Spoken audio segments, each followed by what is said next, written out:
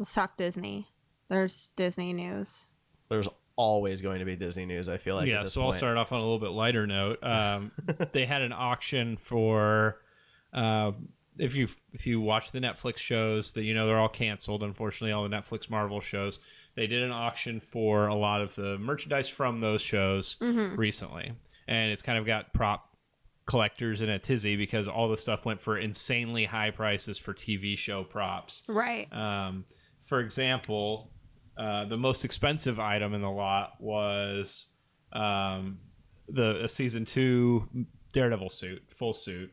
Cool. With the cowl and everything? A cowl, batons, or billy clubs, whatever. Yeah, went for $65,000. That was one of like 6 of the suits. The next 2 cheapest ones went for $55,000 each. One of those. Actually, it's not as high as I anticipated, to be honest with you. I think they were estimated at $30,000. Oh wow, really? So that's a lot for TV show costumes. Fair enough. One of the showrunners was one of the ones he tweeted about it. He's like, I just paid $55,000 for a Daredevil suit, and it's going to go in my office. So that's kind of cool, I guess. Most of the stuff was Daredevil. There was a Luke Cage, the creation tub that he gets like injected in, and it didn't sell for some reason. I guess there was a reserve on it, and it didn't get met. So that's kind of annoying. That's kind of an odd, wasn't that fairly large? Yeah, so where are you going to put something like that, Right. I also would want, like, if anything from that scene, I want the tiara, man. Like, that's what I want. Yeah, the fake tiara that was and gauntlets so would be great. cool, right? I don't want his bathtub. I want the tiara. Well, you have to have room for these things, right? Yeah. Like, the Daredevil suit you put on a mannequin in a corner somewhere, or maybe you have it in some type of special shadow box style frame if you want, and you hang up the cowl. Like, that you can do, but, like, that tank is huge. It would take up most of this room, So I think the average collector just doesn't purchase things that size. Yeah. Most of the stuff that sold for high prices was Daredevil. Yeah. There was a couple sets of billy clubs one of them sold for $10,500. So that's not too bad. Made a decent chunk of change off of this. Misty Knight's arm also was unsold, which is interesting. See, now that's something. If I had money, like that's something that one was estimated really cool. For $10,000 to $12,000. Black one or a gold one? The black and gold one, the Rand Industries one. Oh, nice. Yeah. See, because that's not very large. Like that would go really nicely right here on the shelf, don't you think? Oh yeah, you should pick that up. Lots of Daredevil helmets. They all sold for around $10,000. Electra costume sold for $8,250. The Diamondback suit from season 1 of Luke Cage. Oh yeah, sold for $8,250. But the big surprise for me was the red Matt Murdock glasses. They were estimated at $1,500 to $2,500. They ended up selling for $8,000 for a set of glasses. And nobody bought Misty's arm. Right. The Nelson and Murdoch attorneys at law sign went for $8,000. That's cool. I like which that. was like $5,000 more than what they estimated it. So yeah, I mean everything went for so much money. Well, again, those last two are things that are very easy to put on display somewhere. That's true. Right. Anybody could put that. I'd be so scared to break. Like the glasses are just a small thing. Like, well, you get a case for them. $8,000 for a pair of glasses. It's very iconic though, and they are custom made glasses. There's not going to be another set anywhere, so it's not like you can just order it from a sunglass manufacturer or something. They're very specific, custom made. Though someone has gotten really close to the Tony Stark ones from Far From Home. Those have been floating around the internet, so I don't know. Yeah, those seem more complicated. So probably. I don't know. Yeah, I'm sure that's true. So Derek, more Disney news. Oh man, so Disney's basically going through the 20th Century Fox slate and slashing things that they don't feel confident about, and which is basically everything. They're blaming Dark Phoenix's box office for this, and I don't really think that's. First off, I don't think that's like truthful at all. I think that's a scapegoat. Yeah, they're just using X-Men as a scapegoat, and they're keeping Avatar, of course. Apparently they're continuing the Planet of the Apes franchise, which after War, I don't know what you would do next, honestly, but they're keeping that. They're keeping the Kingsman sequel. Basically, if it was in production, in filming before Kingsman prequel. Yeah, you said sequel. I'm sorry, prequel. There is a sequel in development, so. Or was in development. The Kingsman. If the movie was in production, filming before the merger, during the merger, or whatever, it's going to come out. at that point, but anything that was in pre-development type stages may not see the light of day. And they, I don't know, we may never see New Mutants because Disney seems to be unhappy with it.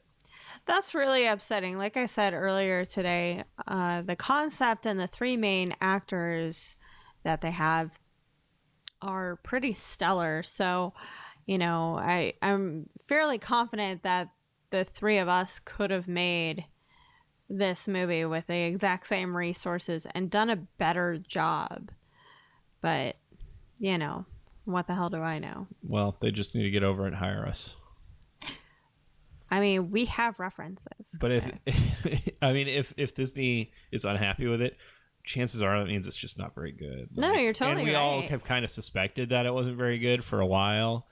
But yeah, I think I read something earlier today that said that it's contracted to go to theaters.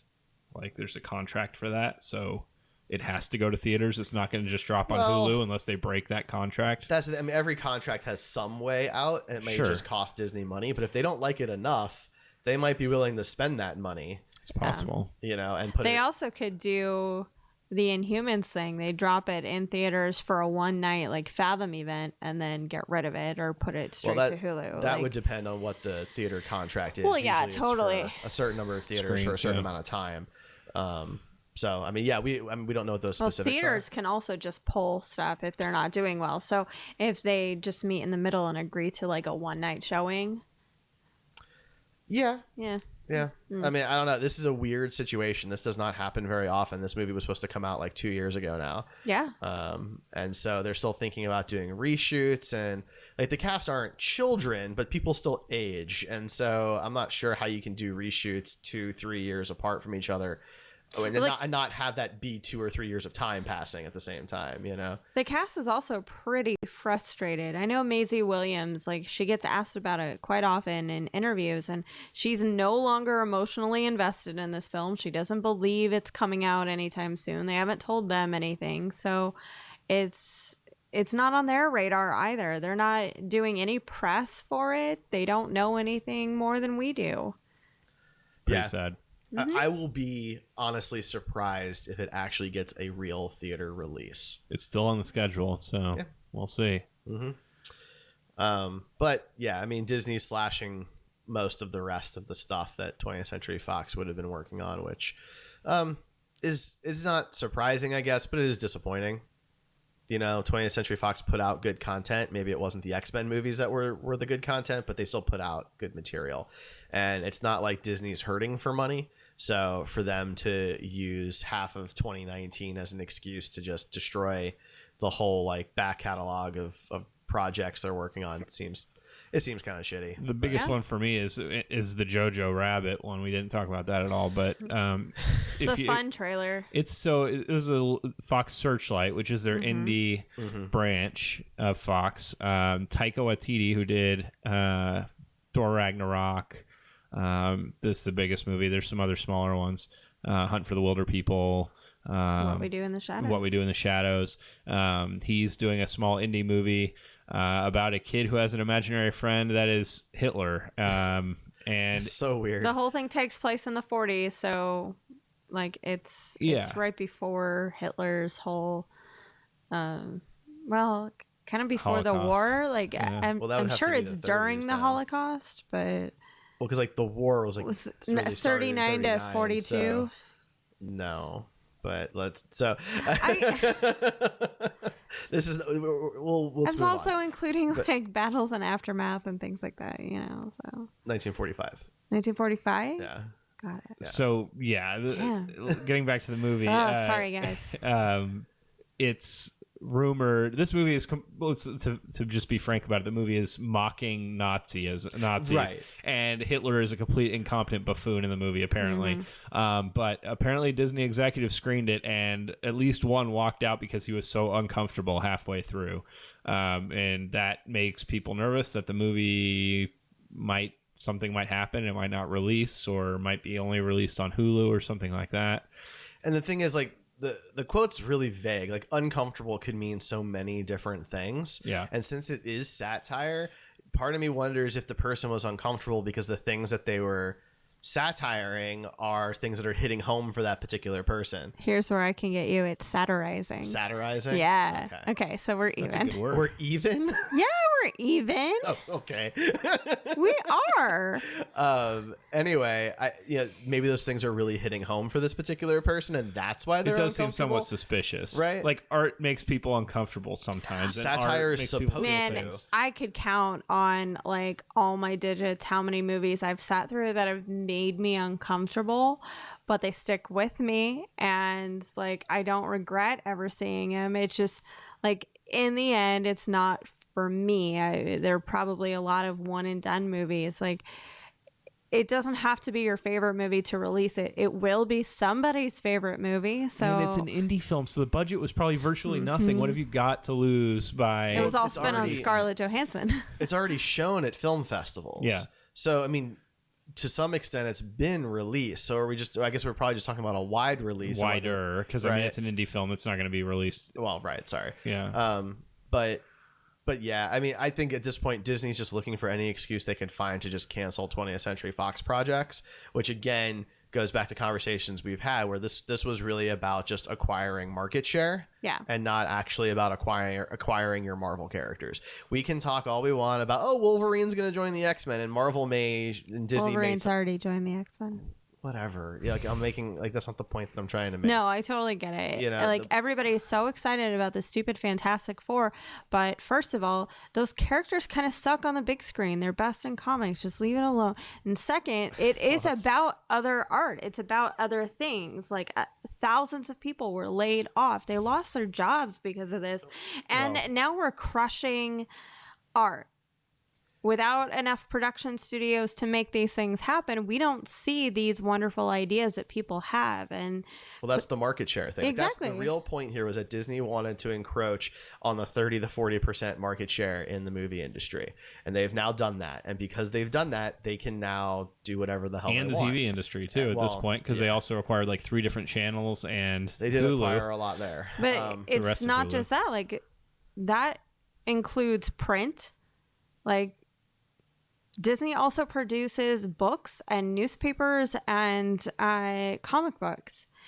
Yeah. Like it's everything. It's video games. Like But for the movie industry is more limited, though, right? You only have 52 release weeks. You're only going to release 2 to 3 major movies a week. So there's a much smaller sample size. And so if every single month Disney's releasing 2 of the movies that are coming out as big heavy hitters or more, right? That's the world we're going to see now. And that's why the Lion King live action remake is the highest grossing animated film of all time, which makes 0 sense.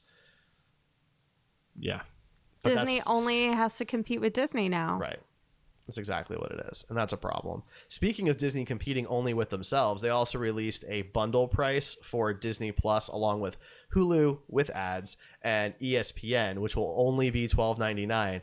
Coincidentally, the price of Netflix, which never occurred to Disney. That's actually what they said, is that they had not considered Netflix's price, which is another bold-faced lie. There's no way they were in a room and they went, well, what should we price this? Hey, let's not check anybody else in the field. That conversation did not happen. Well, it's also getting closer and closer to like the cable packages that we all wanted to not be a part of. Because I mean, that's a good price, right? Like it's actually a better value than Netflix probably.